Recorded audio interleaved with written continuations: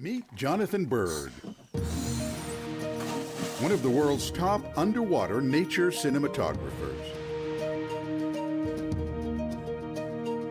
Traveling the world on assignment for all the major networks, he is an Emmy Award-winning authority on the underwater world.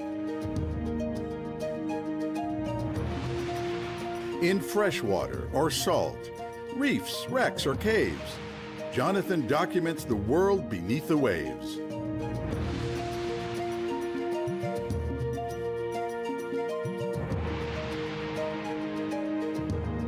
Welcome to the Blue World.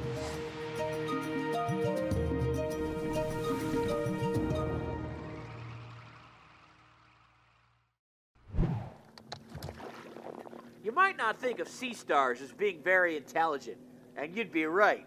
But you might be impressed by some of the amazing things they can do, especially considering they don't have a brain. Starfish, more correctly called sea stars, live just about everywhere in the ocean, from the tropics to Antarctica and everywhere in between. They come in all shapes and sizes, from fat and stubby to long and skinny. This brittle star walks with a coordinated effort, using its rays like legs. But most sea stars get around using hundreds or thousands of tiny tube feet on their underside. This is a northern sea star living in the coastal waters of New England, and it's a predator. It's hunting a scallop. It's a drama played out in slow motion as the sea star moves in for a grip on the scallop's shell.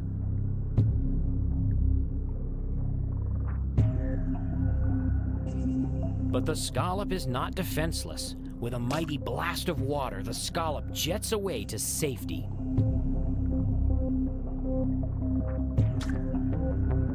So the sea star wraps itself around a mussel. Mussels are attached to the bottom and can't get away. The sea star uses its strong tube feet with suction cups to pull the mussel open a tiny bit and digests its victim by injecting its stomach inside the mussel. Picking up the sea star, I can see that it has the mussel firmly in its grip.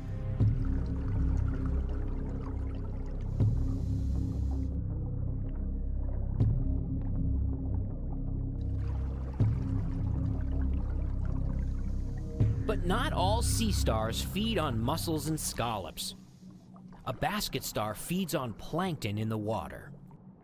It has finely branched arms that act like a net to catch the tiny bits of food floating by. It positions itself to be able to grab as much plankton as possible in the current.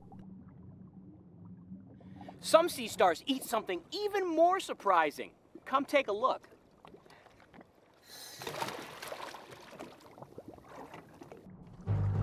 Exploring a reef in the tropical Pacific, I find a crown-of-thorns sea star dining on the coral. This thorny, armored sea star is one of only a few animals that can digest living coral.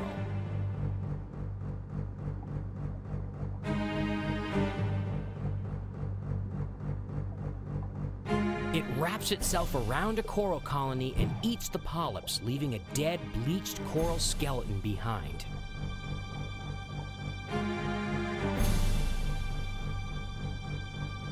Here's a healthy colony of plate coral. And here's one that's been eaten by a crown of thorns. Outbreaks of these sea stars have been known to kill entire reefs. Carefully picking one up to avoid the sharp and venomous spines, I can see the stomach which the sea star inverts out of its mouth to digest the coral outside of its body. These sea stars are the second largest in the world, growing bigger than a dinner plate. But if you think these are big, wait until you see the largest sea star in the world. To find it, I've come all the way to British Columbia. I'm looking for the giant Pacific Sunstar, and you won't believe the size of this thing.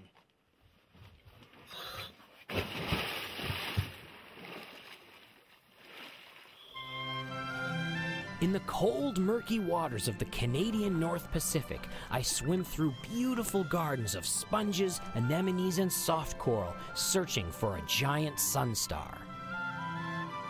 And then, down on the bottom, I find what I'm looking for.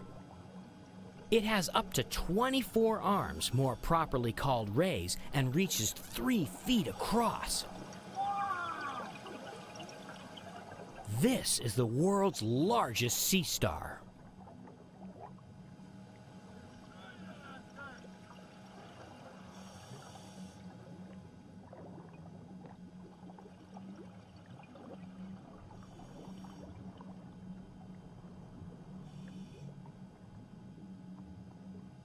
Compared to most sea stars, the giant sunstar is a speed demon, cruising along the bottom in search of its favorite food, other sea stars, and the occasional sea cucumber. Here, a sea cucumber makes an emergency retreat to escape this hungry sunstar on the move.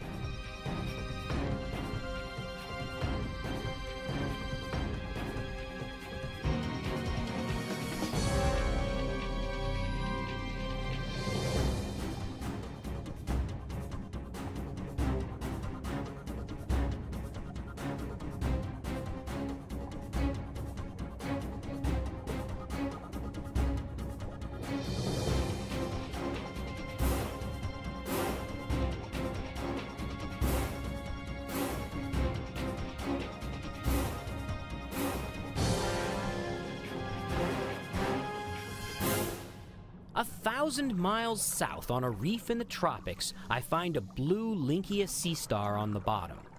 Like the vast majority of sea stars, this one has only 5 rays.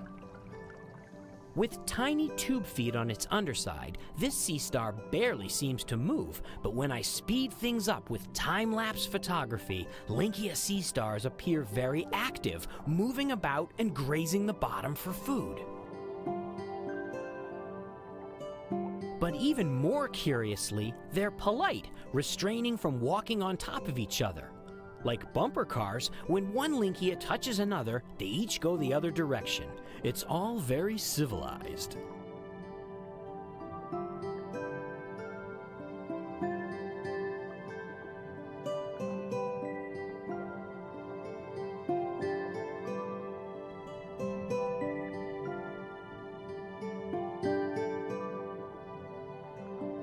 In an hour, a Lynchia on the move can travel several car lengths.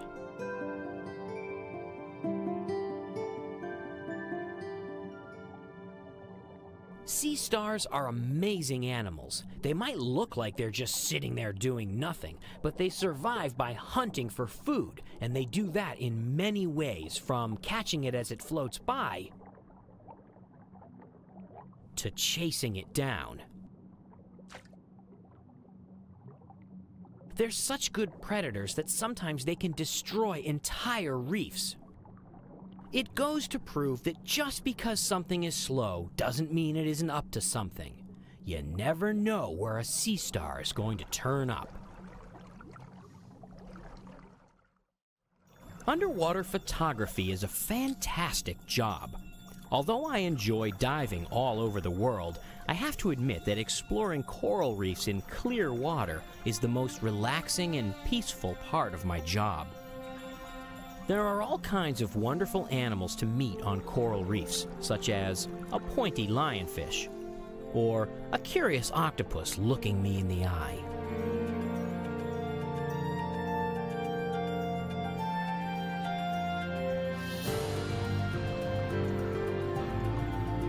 I never get tired of watching anemone fish, though. Outside of the world of diving, very few people had heard of anemone fish until Disney and Pixar came along. In the film Finding Nemo, an anemone fish plays the starring role. In real life, these little fish are a lot different from their Hollywood portrayal. I mean, other than the fact that they don't actually talk. But you may find these colorful little fish quite surprising. Join me on a dive to meet some real anemone fish.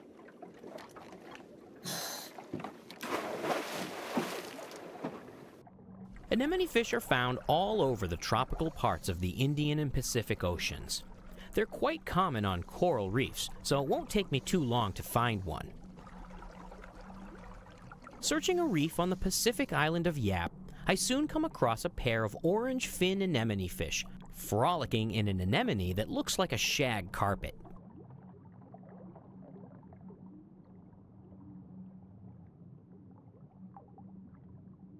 They're not afraid of me at all. I can swim right up and look them in the eye.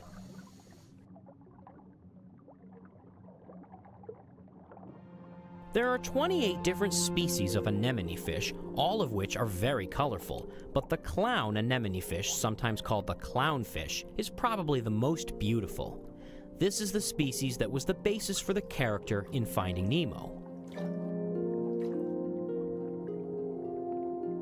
Anemone fish get their name because they live in a toxic anemone. This lush carpet has venomous tentacles that sting most fish. But the anemone fish is covered in a special slimy mucus that keeps the anemone from stinging it. Because of this adaptation, the anemone fish can live protected by the anemone, happily playing in the very tentacles that would kill other fish. Anemone fish are not the only animals that can live in the anemone. Cleaner shrimps hide here as well. They eat by cleaning the parasites from the fish, and in exchange for their services, the fish graciously don't eat the shrimp. But it's hard to relax when you're battered around by hyperactive anemone fish all day long.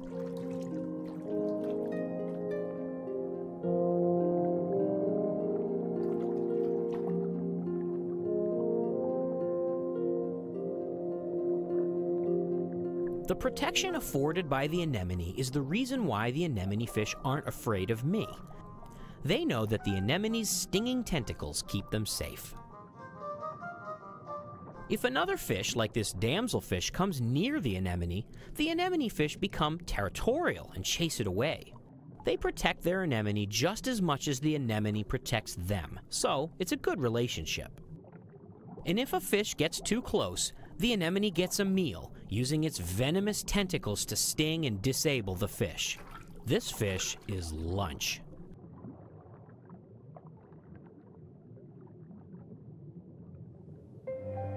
The anemone might look like some kind of weird plant, but it's actually a simple animal with a mouth in the middle. It's basically a jellyfish that can't swim. The anemone is a formidable ally to the anemone fish in more ways than one. They use the protection of the anemone to keep their eggs safe, too. The female anemone fish deposits her eggs on the reef under the edge of the anemone. Then her subservient males take over. The males provide all the egg care.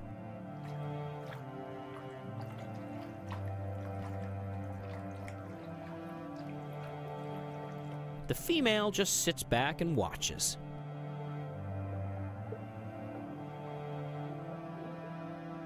In any group of anemone fish, there's always one anemone fish which is the largest. This is the dominant female. In anemone fish society, the females are the boss. One of the most interesting things about anemone fish is that they're all born male, but as they mature, some will completely transform into females. Only when the dominant female dies will the next male in line get the chance to transform into a female and become the head honcho. Until then, all the smaller anemone fish in the anemone are subservient males.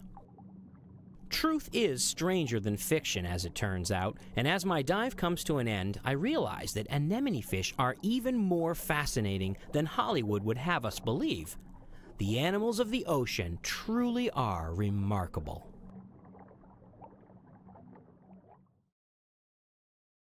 Don't go away. Jonathan is about to go into the water with 30 hungry gray reef sharks. Many people seem to think of sharks as killing machines that go crazy if a single drop of blood touches the water. Gray reef sharks are one of the most aggressive sharks in the world, and they travel in schools of dozens of animals. When I dive into the water with these sharks, the splash gets their attention, and they come over for a look. They quickly size me up and realize that I don't look like food. Scuba divers not only don't look like fish, but don't act like them either. The sharks soon get bored and move on.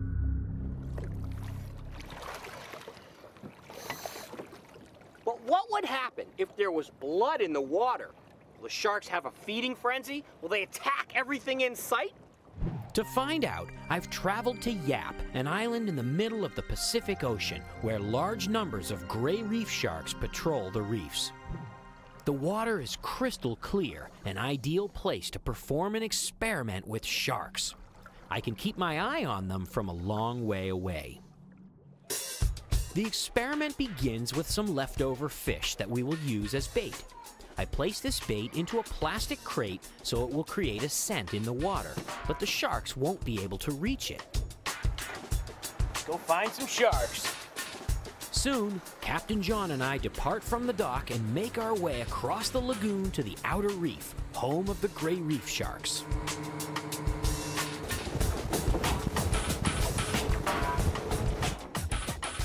On site, I lower the ladder and we discuss our experiment.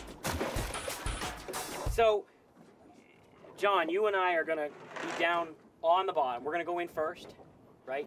And we're going to wait for Mike to put the bait in. Is that the plan? Yeah.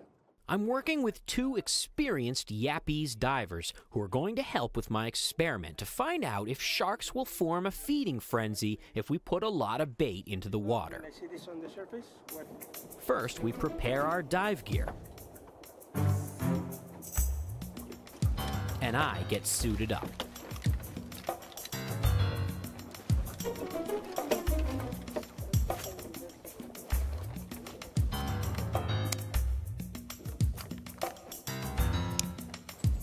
Next, John rolls into the water.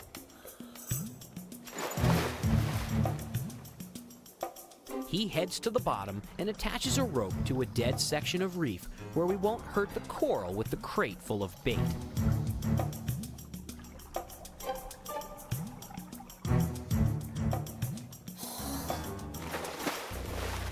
Now it's my turn to go into the water. Here you go. Mike throws the bait into the water with the rope attached, and I follow it down. The fish are the first to figure out what's going on. They feed on the little scraps coming out of the crate as it makes its way to the bottom. John is pulling it down by the rope, so he doesn't need to swim with the crate among the sharks that are lurking.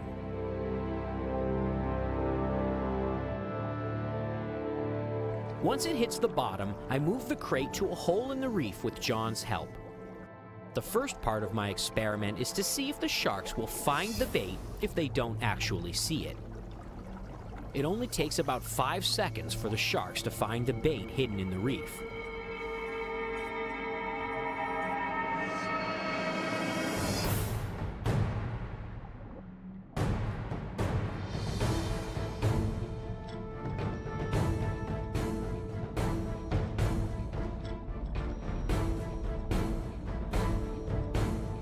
More than 30 sharks surround me as they take turns swimming under to investigate the source of the smell.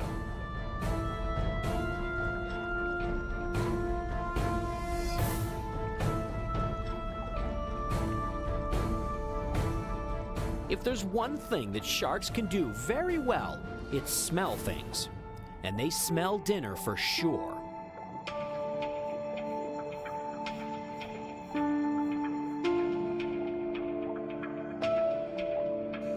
The sharks can't get to the fish where it's hidden, so I move it out into the open.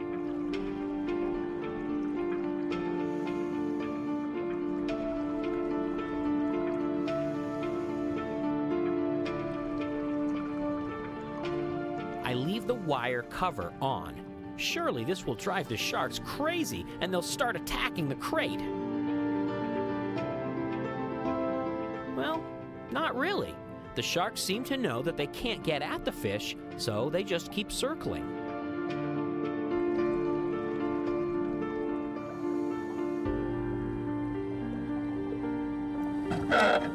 One bumps my camera, probably an accident because I'm too close to the bait.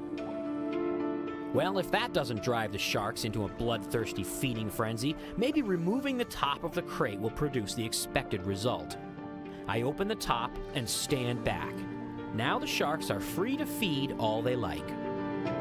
It doesn't take long for the sharks to figure out that something has changed. I can see their excitement level increase. They're swimming a little faster and investigating the crate more, but they still aren't going into a feeding frenzy. They look pretty civilized to me.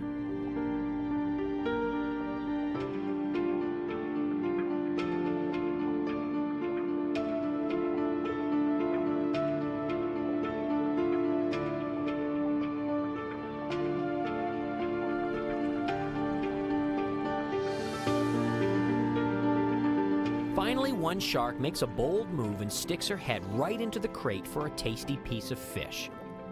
Once all the other sharks see that, they start rushing in for their own bite. Now the sharks are getting really excited. They all want to get a piece of fish before it's all gone. But this certainly doesn't look like a feeding frenzy to me. The sharks are pushing and shoving each other a bit, but they aren't biting each other, and they haven't paid me any attention at all, even though my camera is stuck practically right next to the crate full of fish.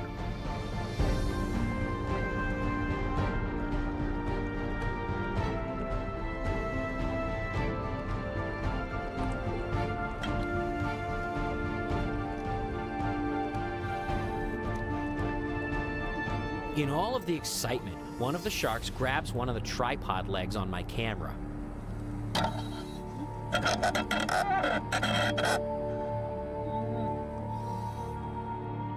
Watch it again from another angle.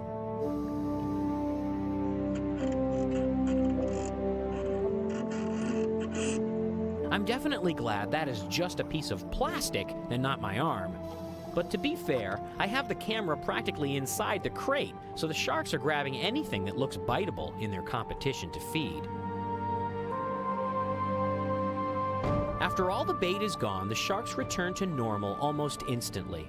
They go back to slowly patrolling the reef and pretty much ignore me. As my tank gets low on air, I swim out into the blue to get a few last shots before I head up to shallower water to decompress below the boat.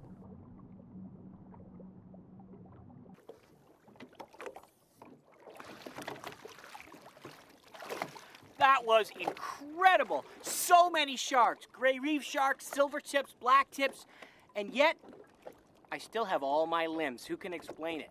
Well, you know, it just goes to show you, sharks are not bloodthirsty killers. They're just fish.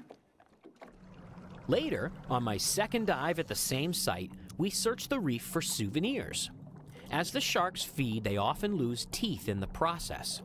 Sharks have a never-ending supply of new teeth, so when they lose a few, it's not a big deal. I find a few in the cracks below the spot where the crate was sitting. And here they are. They're pretty small. They don't look like much, but they sure are sharp. So, I tried to make a feeding frenzy, and it didn't work. I didn't get eaten alive, and the sharks actually seemed very much in control. I proved something important. Sharks are not stupid. They eat fish, and they have a pretty good idea what a fish looks like. Divers are just not on the menu. Because of this, shark diving has become a safe and popular activity where people can get up close and personal to these amazing predators. Woohoo! All over the world, tens of thousands of divers go diving with sharks every year. It's exceptionally rare for anyone to be bitten. Most people find the experience not just exciting, but interesting. Sharks are beautiful animals and perhaps nature's most evolved predators. Yet we can watch them from very close range without being attacked. You would not be able to get this close to lions or bears without being in great danger. It's just another incredible thing that can only happen in the ocean, and another reason I love the blue world. Meet Jonathan Bird, one of the world's top underwater nature cinematographers. Traveling the world on assignment for all the major networks, he is an Emmy Award-winning authority on the underwater world. In freshwater or salt, reefs, wrecks, or caves, Jonathan documents the world beneath the waves.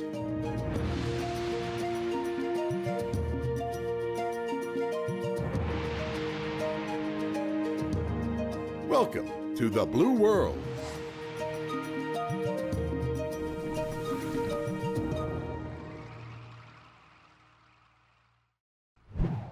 The American lobster may not look all that tasty, but this large crustacean that was once considered a nuisance bycatch is now considered a delicacy around the world.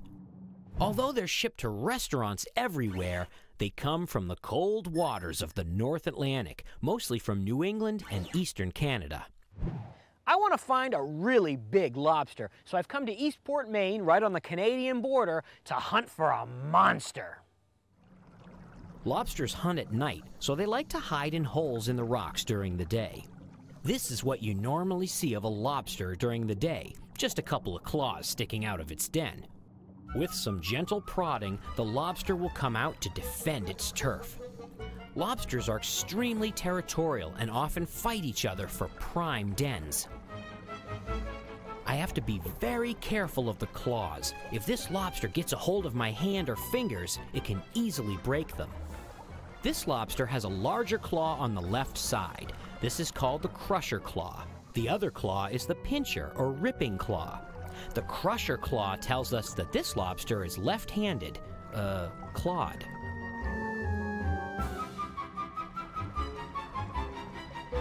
When a lobster gets this big, it demands respect.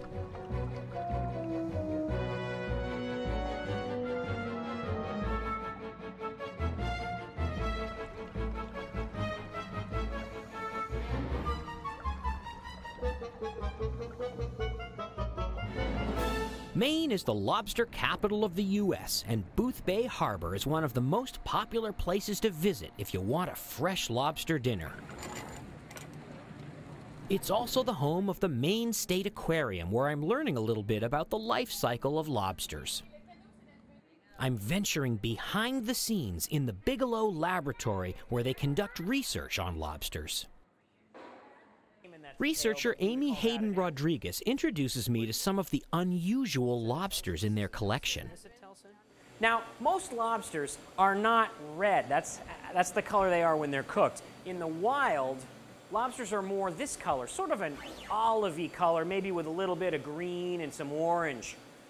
Now, every once in a while, however, you'll come across a lobster that looks like this. This blue coloration is an extremely rare pigmentation found 1 in every 3 million lobsters. And I have to say, they are cool. Now, if you want to talk about rare genetic variations, this one takes the cake. This one is called a bicolor lobster, and you can see that the color is divided right down the middle. One side's blue, the other side's kind of a pale yellow.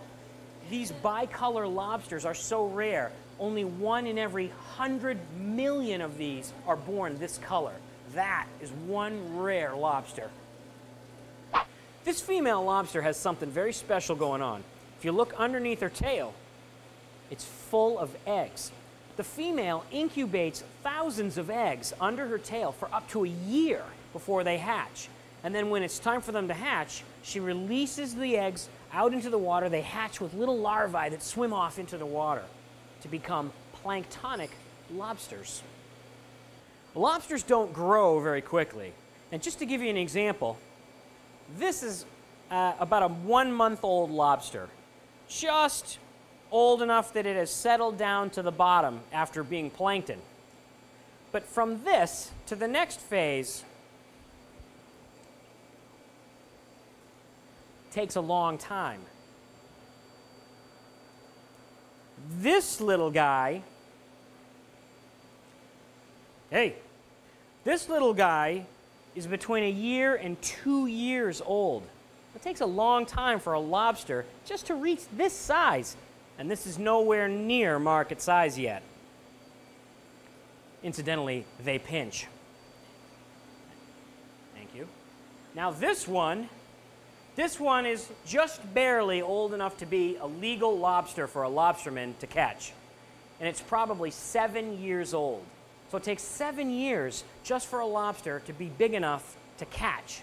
So you can imagine how long it takes those really big ones to get 3 feet long. A few hundred years ago, lobsters were incredibly abundant.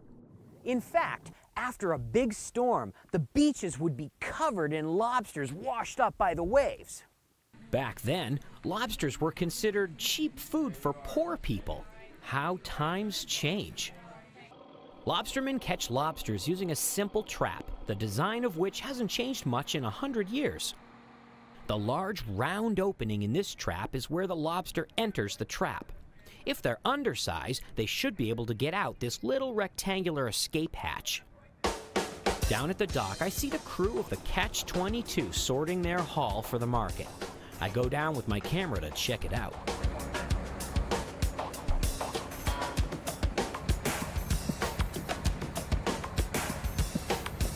Lobsterman Todd Plummer and his crew have told me that I can go out with them to see what a day of lobstering is like. The sternman stuffs bait bags with herring as we cruise offshore to haul some traps. The coast of Maine is ruggedly beautiful, but the inshore areas are a labyrinth of lobster buoys, each connected to one or more traps. Finally, we arrive at one of the areas where Todd has set some of his 600 traps.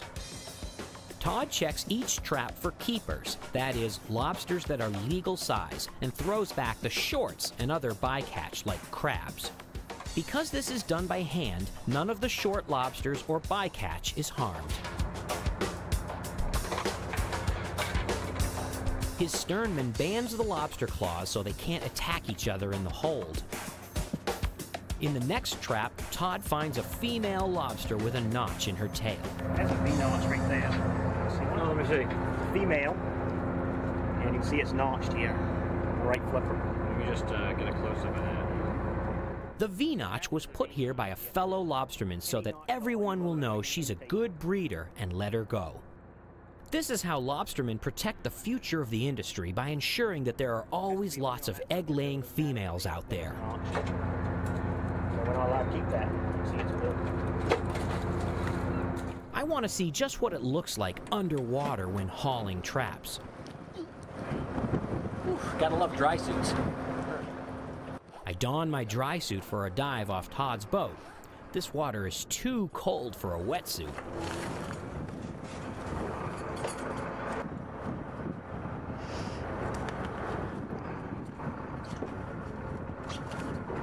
At last, I enter the water and descend to the bottom. With the assistance of a winch from above, the heavy trap takes off into the gloom. At the surface, Todd checks for keepers and then sends it back down.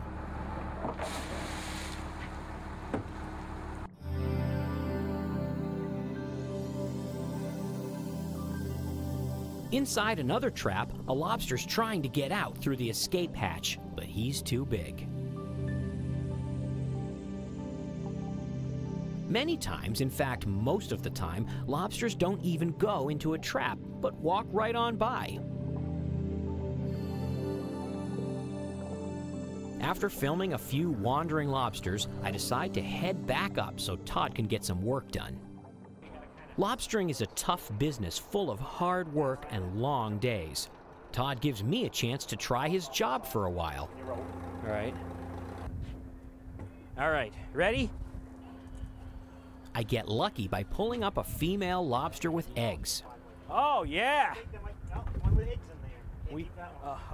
Let's see. Oh, this is going to be good. And it needs to be notched. And it needs to be notched. Oh, this is great. This is a great lesson right here. Okay, I got my measure. Got my measure. Let's find the first one. Oh, well, this is the first one. We just go right to the egg one. Okay. Now, this one has eggs, so maybe you can tell me what we do with What you need to do with it is, if it's female and has eggs, obviously it's female, you need to notch the tail legally. All right, hold Like it. this. Okay, hold it. Here. Hold it. We got to get a shot of this. All right, carrying it in there. Right in. Now you have a notch. Okay. You'll never be able to take that lobster again. Okay. So that's for our future right there. All right, so that's going to tell every other fisherman that this is a good egg-bearing female and leave her alone. Right. All right. This is safe for life now. Okay, so. I'm going to set her free. Okay, ready? Never to be eaten by people, but only to lay eggs. All right. Off she goes. My time as an apprentice lobsterman taught me how hard these guys work for a living, and I also learned how efforts like V-notching have made lobstering one of the few fisheries that really makes an attempt to ensure the long-term viability of the species. American lobsters are one of the more interesting things to see on a dive in New England, and they're among the largest crustaceans in the world. They're fun to play with, and when they see their reflection in the camera lens, sometimes they can get pretty territorial. As interesting as they are, though, I still don't want to eat one. Everyone knows that I love sharks, and I've spent a lot of time watching them and filming them. You may have noticed that sharks very often have hitchhikers, a peculiar fish hanging on for a free ride. 24 hours a day, sharks often seem to be plagued by many of these freeloaders. Being a big, tough tiger shark doesn't make you immune to the attention of these fish. The bigger the shark, the bigger the freeloader. They're called remoras, and they don't limit their attention to sharks. Any animal from the massive whale shark to dolphins, whales, and even sea turtles may have a remora or two attached. Although at first these fish may seem more like parasites, they actually perform an important function. The remora gets some of its meals by picking real parasites from its host. They actually help keep their host clean and healthy.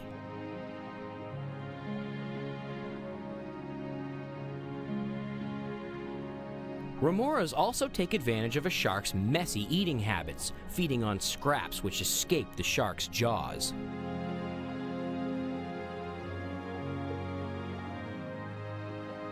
The remora attaches to its host using a strange-looking sucker on the top of its head.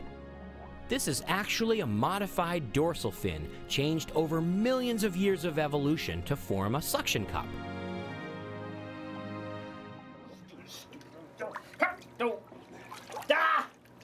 Got him!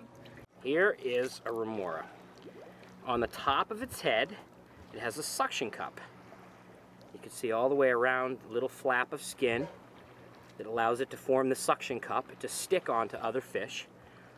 And on the suction cup, it has little ribs, and they're smooth in one direction and sandpapery rough in the other direction. This is actually their dorsal fin, which has evolved to become the suction cup. So this is the top. Even though it looks like it's upside down right now, that's the top of the remora.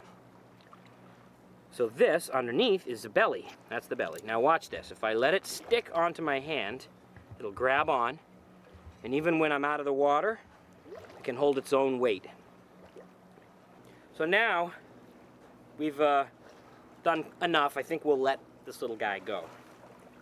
I actually don't know if it's a guy or a girl, but we're gonna let it go. First, I'm gonna unstick. There we go. Ready? Here we go. All right. Swim, be free! Remoras may perform an important function for their host, but this is not to say that they don't bother them. I've traveled to the island of Yap to try a little experiment with sharks and remoras. Right down below the boat is a school of gray reef sharks, and some of those sharks have remoras on them. We're gonna feed the sharks and get them really excited. Wait till you see what happens. I drop down below the waves to join the sharks, which are already swarming around the reef looking for some hidden fish.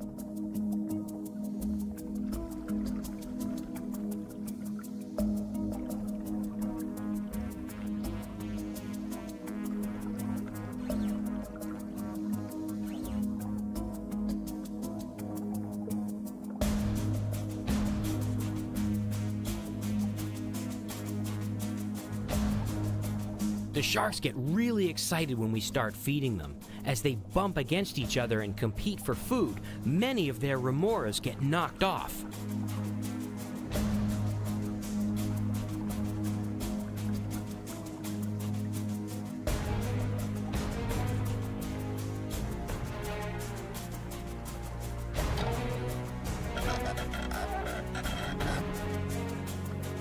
After the excitement dies down, these remoras find themselves homeless, swimming around without a host. Now they need to get back on a shark, but this is not as easy as you might think. This remora is stealthily approaching a shark, but notice how it's careful not to touch the shark. If the shark takes off before the remora sticks on, the remora can't keep up.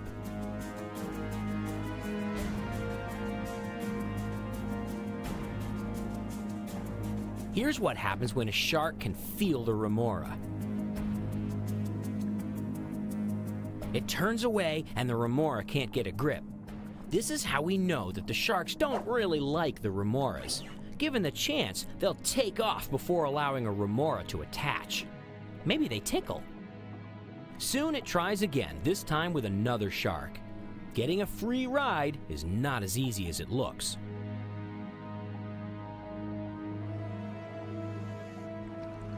I spend a few minutes filming the remoras. Fortunately, remoras don't find divers particularly attractive, so I don't need to worry about dodging them. Maybe it's because I don't have any parasites to clean. Maybe the scuba bubbles are too loud. As I end my dive and head up to the boat, I'm again amazed by the creatures of the ocean.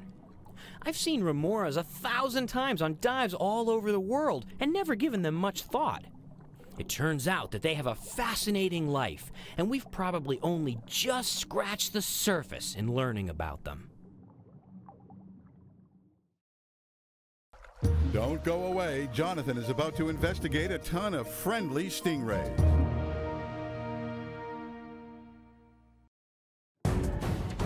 The stingray. It sounds like a weapon from outer space. It even looks a little like a spaceship. But actually it's a flattened fish with wings, a close relative to the shark. But stingrays are almost never dangerous to people because they spend most of their time on the bottom of the ocean hunting for clams and worms in the sand. Southern stingrays live all over the Caribbean. And nowhere are they more common than here, Stingray City on Grand Cayman Island. This is one of the most famous marine animal encounters in the world. The Cayman Islands are just to the south of Cuba in the Caribbean Sea. These islands are a diver's paradise with lush reefs and amazingly clear water. But it's not just divers who come here. Each day, dozens of cruise ships come to the Caymans loaded with tourists. Many of them come to interact with the stingrays, and that's why I've come here. My guide will be artist and marine biologist Dr. Guy Harvey, who operates a shop here on Grand Cayman Island. I stopped by to get a look at some of his famous paintings of marine life. Dr. Harvey takes a few minutes to show me his technique and his famous signature. Great. Good morning. Good morning. How are you guys doing today? Great. How about you? And then early the next morning, well before most ordinary tourists are awake, with Dr. Harvey and his daughter Jessica as my guides, I head out to Stingray City in hopes of observing hundreds of stingrays schooling in formation. Well, Jonathan, hopefully there'll be nobody out there when we get there, and we can observe this phenomenon of the schooling stingrays, this is the only place in the world you'll see it happen. Stingray City itself is a series of shallow sandbars on Grand Cayman's North Sound. When we arrive and drop anchor, there's nobody else here.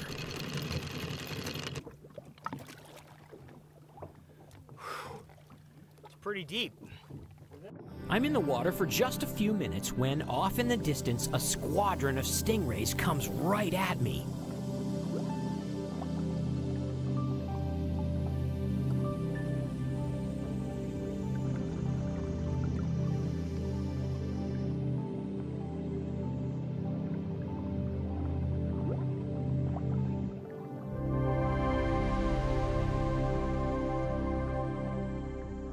We have the stingrays to ourselves for a while, but soon enough, other people start to show up. By mid-afternoon, hundreds of tourists have arrived to experience direct contact with the stingrays.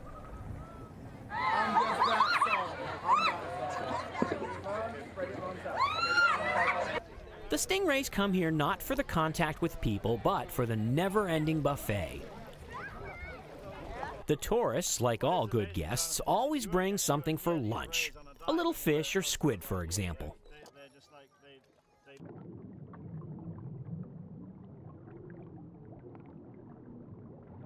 By feeding the stingrays, humans have actually altered their natural history here in the Caymans. Normally, they're nocturnal animals, feeding at night and resting during the day. But things are different at Stingray City, as Dr. Harvey explains. By feeding them all day long, what we've done is change that. They go to sleep at night time because they don't need to forage, and they come here in the daytime. So the whole deal arrangement of behavior, feeding behavior, has been altered. You could never do this with a truly wild stingray. These stingrays have been fed, and they're used to people, and they're not afraid. Normal stingrays, they take off, but these guys are looking for a little bit of a handout. So that's not really the only reason we can get this close to them. But still, the interesting thing is they are wild animals. They come to this place to be fed, but so do the animals that eat them. So they can become victims of shark bites, they can get hit by boats, cut up by propellers. So it's a pretty dangerous place still, even though it looks like it's just an aquarium. They don't call them stingrays for nothing. That's the stinger, or a barb. It's just a really sharp spine at the base of their tail, and it's their only means of defense. When they get attacked, it's the only thing they have is a little poker. They use their stinger to protect themselves from their predators, sharks. You know, for a big shark, this is like coming to Burger King. And this is a perfect example because this male has lost his tail and half a clasper, probably to a shark. But he's doing all right. He's doing all right. All right, we'll let him go. The key to catching them, so I'm told by the experts here, is you got to get in front of them. But they keep turning on me. Okay, here we go. Here we go. There we go. Oh, turning. There we go. There you go. There we go. No, don't turn. Don't turn. Don't turn.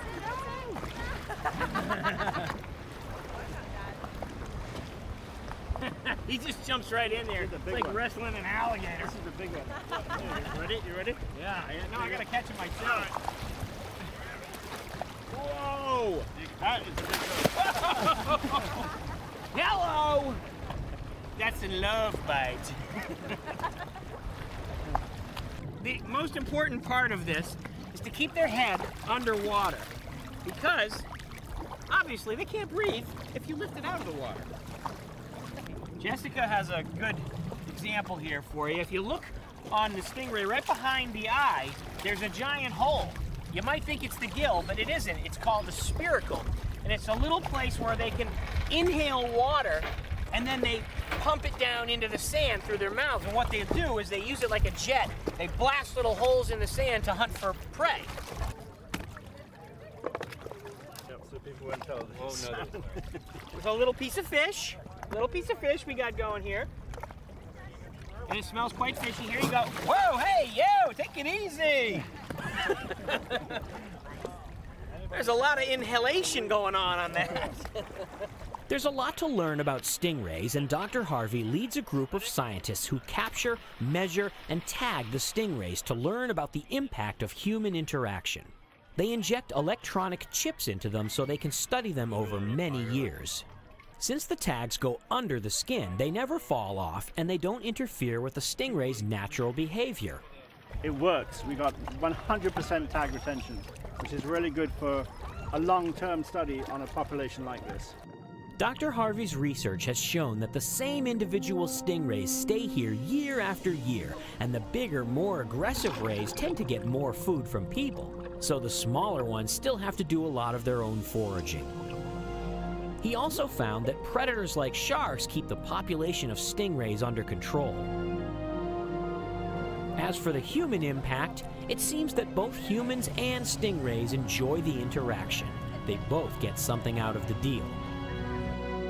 There is no doubt that Stingray City is special, a magical place where the creatures of the ocean and those of the land can meet and find common ground.